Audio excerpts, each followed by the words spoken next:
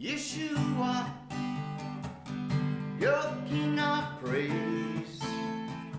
Shalom, everyone. This is Messianic Rabbi Buzz Tremé, the Jew teaching you. Welcome to our Bible study. Yeshua, you are the way. Yeshua.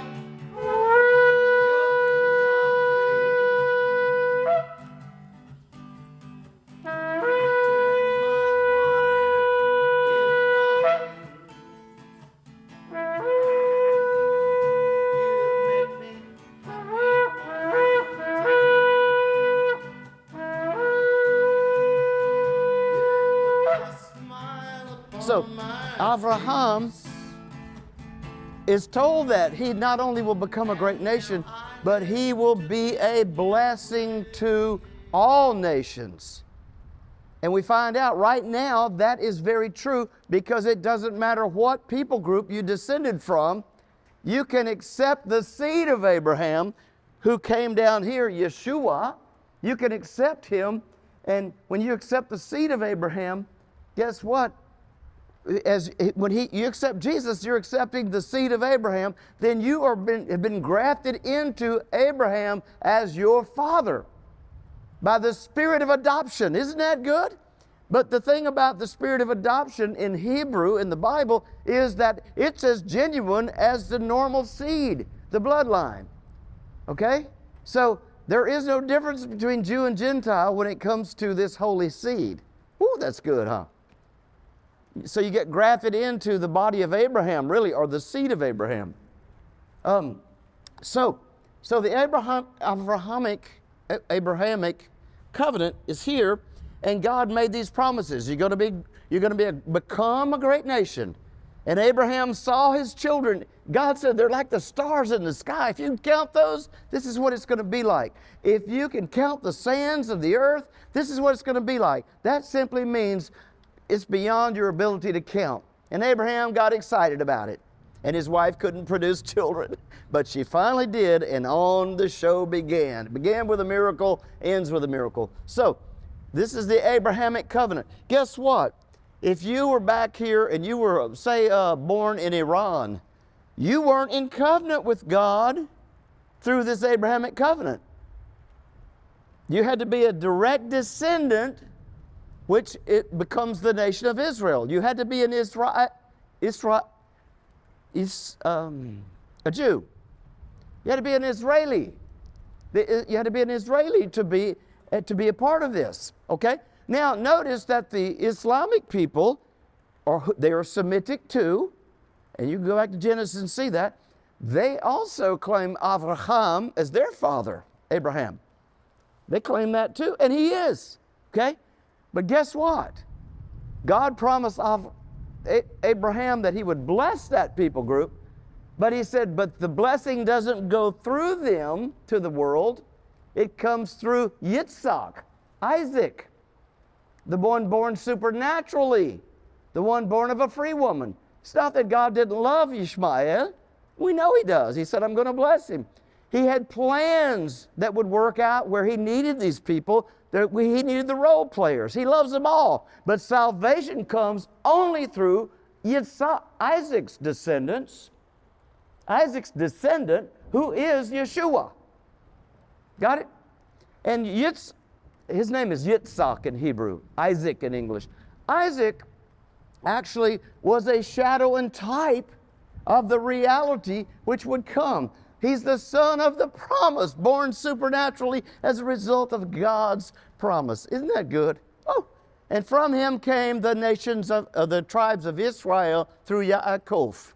Okay, the guy who had lots of struggles gives us great hope, huh? Yaakov, that's Jacob. Okay, so 400 years, God told Abraham that his descendants were going to go down to Egypt. Mitzrayim is how it's called in Hebrew. Mitzrayim.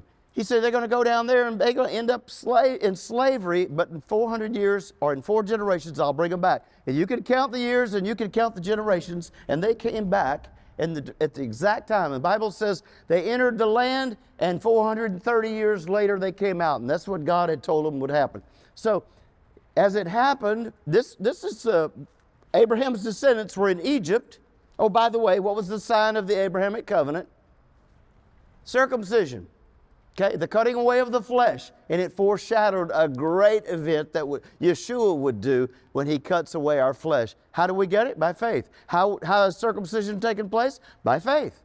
The people do it trusting God that this is a sign of the covenant. Well, we have first the natural, and then comes the spiritual. So the Abraham received that covenant. As a sign of it, all of his members were circumcised. Even Ishmael's descendants, remember? The sign of the promise to come, okay? Salvation would come through Yeshua, through the Jews. Not through Ishmael's line, but from Isaac's line. Okay, so the sign was a circumcision. Who was this covenant made with? Abraham and his seed. Who, okay, 430 years later, when they came out of Egypt, they were a ragtag bunch of people that had no clue what was going on in life. They were involved in idolatry. They didn't know. I mean, hey, they'd been raised in Egypt in bad times, and if you were there with them, you would be like them. And they came out, and God was to teach them to mature. He gave them the law. And so this comes in the form of what we call the Mosaic Covenant. The word for law in Hebrew is Torah. Torah, okay? And it's usually referred to as the first 5 books of Moshe, Moses.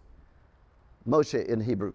So the first 5 books of Moses are the Torah, okay? And most of it is found in the 4 books, the Exodus onward. But that's referred to as the Torah. The word Torah, we say in English law, but it actually means instruction. So God gave them these instructions. And over time, especially in America, we say, well, those old Jews were under that law. And you know, everybody hates law. If you're an American, it's like laws were made to be broken. That's kind of the attitude of the United States anyway. I'm speaking as an American. But we're not, anyway. So he gave Israel this instructional constitution, and there was 10 major commandments, and there's 603 minor commandments. So the law consists, or the Torah consists of 613 commandments, instructional issuances. They tell you what God wanted. And he built this whole thing on a system to show the people how to draw near to God. And think about it. They began to practice this. He showed them in the book of Exodus how to build the Ark of the Covenant and the furnishings, the menorah and the table of showbread, all of the articles of furniture for the tabernacle, which would later become a tabernacle of David. From the tabernacle of Moses to the tabernacle of David to the temple of Solomon, and so on. We have all these, and we find out in the New Testament that was all figurative. It was a shadow and type. Isn't it amazing? Paul says, in fact, in Galatians, he says, the Torah, the law, was not even based on faith. Guess what? Without faith, what? You cannot please God. That's in Hebrews chapter 11, verse 6, I think it is. 4, 6, whatever it is, you know. You can't please God without faith. So God gave a covenant to show them how to draw near, but it was not based on faith. So what it was based on, they still had to have faith to be saved. You still got to trust God. You don't trust the law. But they got so steeped into its ritual that the majority lost sight of trusting God for their salvation. And they began to try to achieve their salvation through being good and obeying the law. And all the time they just got haughtier and haughtier. And the more you put trust in yourself, the more pride will rise, and the more you fall short of what pleases God. You know, God's not interested in your strength. He delights in your weakness. Paul says so. The weakness of God is stronger than man's strength in 1 Corinthians chapter 2 probably. Anyway, we find out that by trusting God, the strength of God, the power of God is available to me and applicable. It applies to me, whereby my own strength just makes me weaker. The more I brag about how good I am, the shorter I fall of being that. All truth, all promises, all blessings, all redemption comes through trust in the man Yeshua, Jesus Christ. Amen? Yeah, somebody say yeah. Okay, so God then gave them the law, the Torah, and what was the sign of this covenant? The weekly Shabbat, the seventh day of the week. It began on what is called our Friday, our sixth day. It began at sundown on our Friday, and it ran to sundown on our Saturday evening. That is the weekly Shabbat. Why did God choose it? Because it was foreshadowing a mystery that would later be revealed. Gradually, in time, he would speak of it. But then when Yeshua came, he says, guess what, fellas? You guys are missing the point on the Sabbath. It was made for you. You Jews, it was made for you. Interesting point, huh? The Shabbat, every seventh day, they had to celebrate a Shabbat. And rest and in the Lord, no work. Take it easy. Love one another. Rejoice. What's that all about? You can rest in the Lord on the Shabbat. What was he saying to them? Yeshua said, the Lord prepared the Sabbath for you, but guess what? I'm the Lord of the Sabbath. That's what he said. I'm the Lord of the Shabbat. What was that pointing to? Well, Hebrews chapter 10, verse 1 says the law, the Torah, this whole covenant system that God gave to Yisrael and nobody else, it was a shadow of the realities to come. So they celebrated a weekly Shabbat. The number 7 means complete, perfection. It's done. We've arrived. Yay! Shalom. 7, perfect. So on that day after 6, the number of man, and we know what man's all about, fighting for survival, huh? Struggling with sin. In his works, he finally arrives at the peace of God in the Shabbat. Well, the whole picture was the time is coming when Yeshua returns to earth and establishes the sabbatical reign. God's people are glorified and they rule over the nations. The millennial reign is the true Shabbat, right? And after that 1,000 years, a day is 1,000 years, 1,000 years a day. After that 1,000 years, we enter into perfection. Number 8, new heavens, new earth, new Jerusalem, right? Everybody got this? If I say it enough to you, you'll get it, and boy, your Christian walk will be a lot you can do like that. And you'll understand it. When people talk craziness, you'll just kind of like, you don't have to straighten them out, but you don't have to fall into those traps. People worrying, oh man, I think the Lord's coming back any minute. Any minute. And they always approach me, the theologian, you know. They come and say, Rabbi Buzz, tell us, when is the Lord coming back? I said, probably in the morning. You know, we're going to get a good night's sleep first because we've got a lot. It's just amazing, but Christians have been subject to so much foolishness. I'm a Christian. I mean, you know, I'm speaking of one of us.